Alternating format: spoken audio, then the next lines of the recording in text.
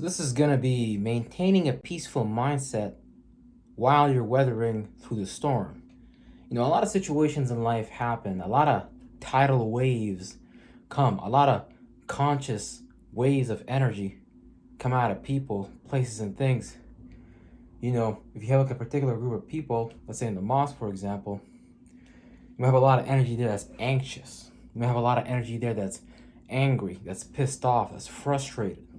And you just being in that space, like the mosque, let's say, for example, or the church, you needing something outside of you. If you're a really, intuitive individual, or you like to be peaceful, you like to be in tune with yourself, with your own heart chakra, with your own mind, body, and spirit, sometimes it makes it very difficult to be around people, places, and things, because that can take away from your state of peace, from your state of mind. This is push-ups, so I'm just breathing. But that can take away from your peaceful disposition. And if you're anything like me, for example, you use this peaceful disposition to navigate through life, because it allows you to read the energies that are going on in the room. And then, like Jay-Z said, understand how to move around vultures and things like that. That's why it's really important to, maintain your peace. Stay in tune with yourself. Stay connected to your intuition. Because whenever you go outside of those things, whenever you go outside of your senses and you trust someone else's senses, someone else's version of reality, and you haven't even experienced it for yourself, it's actually going to make you kind of fall short on whatever you're trying to manifest, whatever you're trying to create for yourself, because now you're trusting someone else's sense of idea, sense of the realm around you, while you really should be trusting your own sense of reality and not so much other people's, because they ain't got nothing that you don't got. So every faculty that have been given to them, you have been given as well. Every organ that has been given to them have been given to you as well. Now, a lot of people like to talk about common sense, for example. I personally don't believe in common sense. That's like kind of stupid, to be honest. But because common sense is not common, who told you that your sense of reality, how you interpret reality, is common at all? Ain't nothing common about how you sense reality. For example, if I'm somebody who's really into sports, I'm really into physiology, I'm really into my body, I'm really into health and things like that. A person who's really into health, naturally, they're going to do things for their health to assist their body in the process of facilitating whatever process it's doing. Like, if your body's pumping blood around your body, you're going to understand that, okay, I can work out and do cardio to increase my heart rate so that I can oxygenate my blood and increase the circulation and distribution, which has benefits as well and things like that.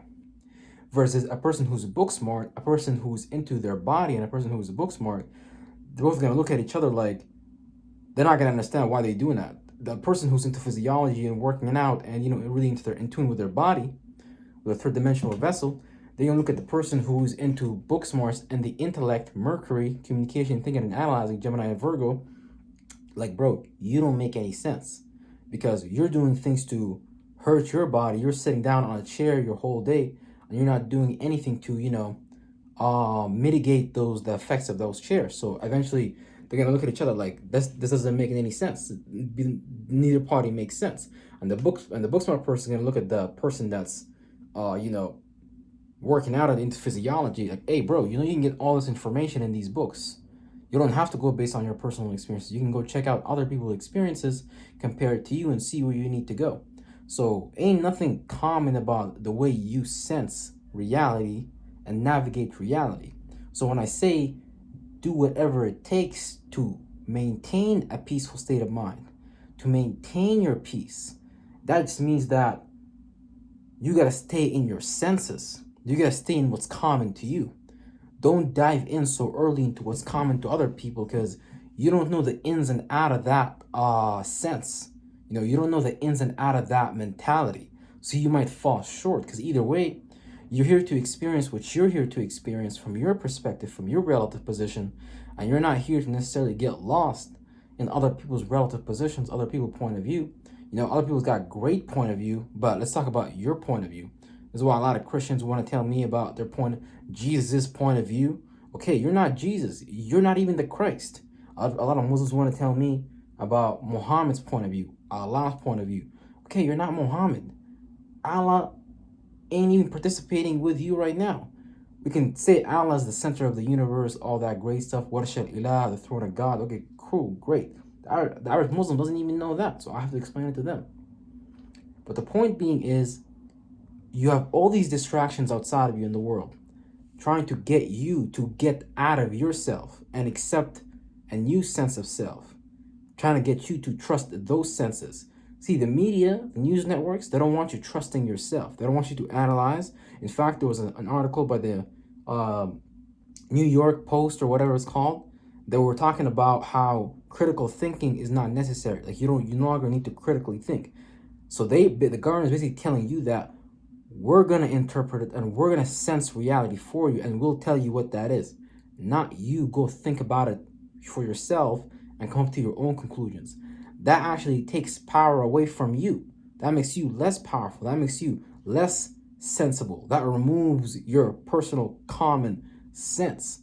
So you shouldn't want to get rid of that. You shouldn't want to be like anyone else. Now, you might like certain celebrities because they might have a similar sense to you, but you got to be able to kind of see it clearly, and certain things is going to resonate.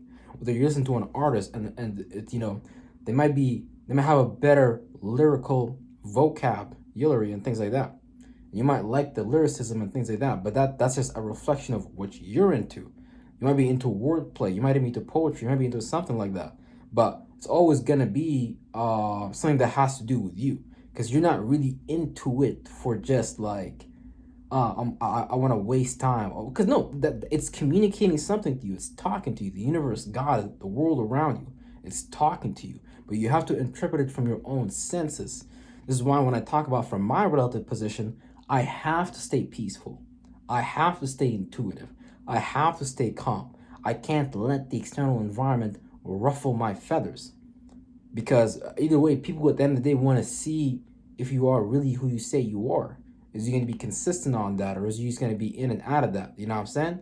So you got to always maintain a deep connection with your sense of self, because the moment you get out of that, you're going to find yourself in the losing side and the losing team, because now you're trying to manifest shit like somebody else, and you don't even got those alignments. You don't even got those numbers in your chart.